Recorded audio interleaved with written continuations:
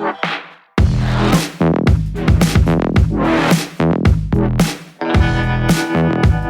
Students, मैं पीयूष राजपूत और आपका अपना चैनल पीयूष कोचिंग क्लासेस। जैसे बच्चों हमारी केस स्टडी क्वेश्चंस की एक सीरीज चल रही है और हमने अपने linear equation in two variables पर 9 पैसेज कंप्लीट किए, उसी को आगे बढ़ाया। इंट्रोडक्शन टू ट्रिग्नोमेट्री, उस पर एक पैसेज ने पैसेज नंबर 10 किया, आज कर रहे हैं उसी में आगे पैसेज नंबर 11। तो बच्चों देखो क्या कहता है 11। कह रहा 2 aeroplanes leave an airport of one after the other. After moving on runway, one flies due north and the other flies to south. The speed of the aeroplanes हमें दी है 400 and 500 km per hour respectively. Considering PQ as runway and A and B are 2 points in path followed by 2 planes. ठीक है बच्चों, आपको graph की वो क्या नाम फिगर गिवन है, आपसे पूछा है tan थीटा।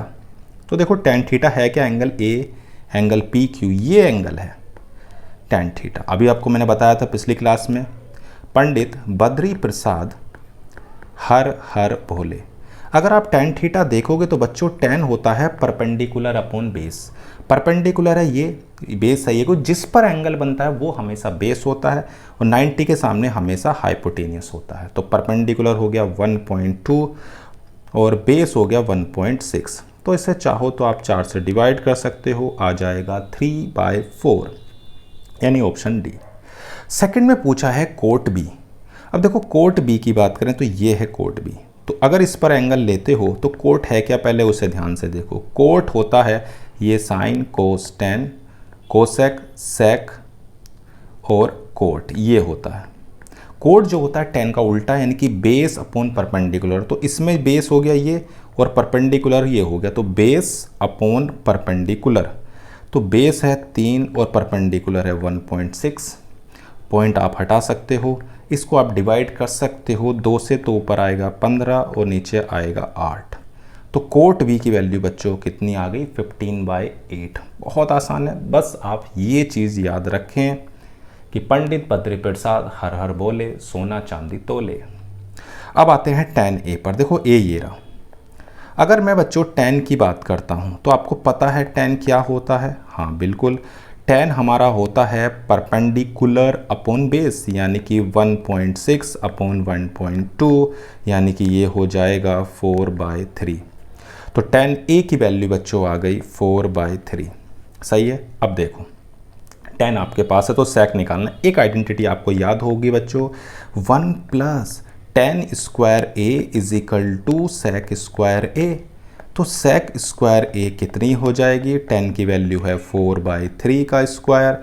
तो ये बच्चों आएगी आपके पास 1 + 16/9, एलसीएम लोगे तो 25/9।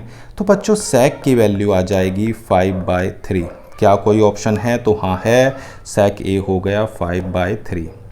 कोसेक बी पूछा है, तो अभी मैंने कोट बी निकाला था, कोट बी था 15/8। तो ये हमारे पास है 1 + cot square B is equal to cosec square B. ये भी एक आइडेंटिटी है जो आप याद रखोगे। 15/8 का square is equal to cosec square B.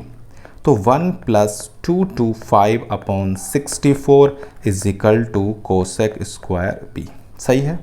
आप एलसीएम ले लीजिए। तो एलसीएम लेने के बाद क्या आता है, तो कोसेक बी ये हो जाएगा, एलसीएम पाएगा 289/64 और कोसेक बी की वैल्यू हो जाएगी 289 किसका स्क्वायर रूट होता है, तो 17/8। तो आपके पास आ गया 17/8। कौन सा ऑप्शन है, तो ए। बहुत आसान थे। आइडेंटिटी याद रखो और आप ये फॉर्मूले याद रखो, क्वेश्चन हो जाएगा। 3 आइडेंटिटी है, sine square plus cos square is equal to 1, 1 + tan square is equal to sec square and 1 + cot square is equal to cosec square है। तीनों आइडेंटिटी याद रखें, आसानी से पैसेज होगा। तो बच्चों आज की क्लास में सिर्फ इतना ही। Thank you.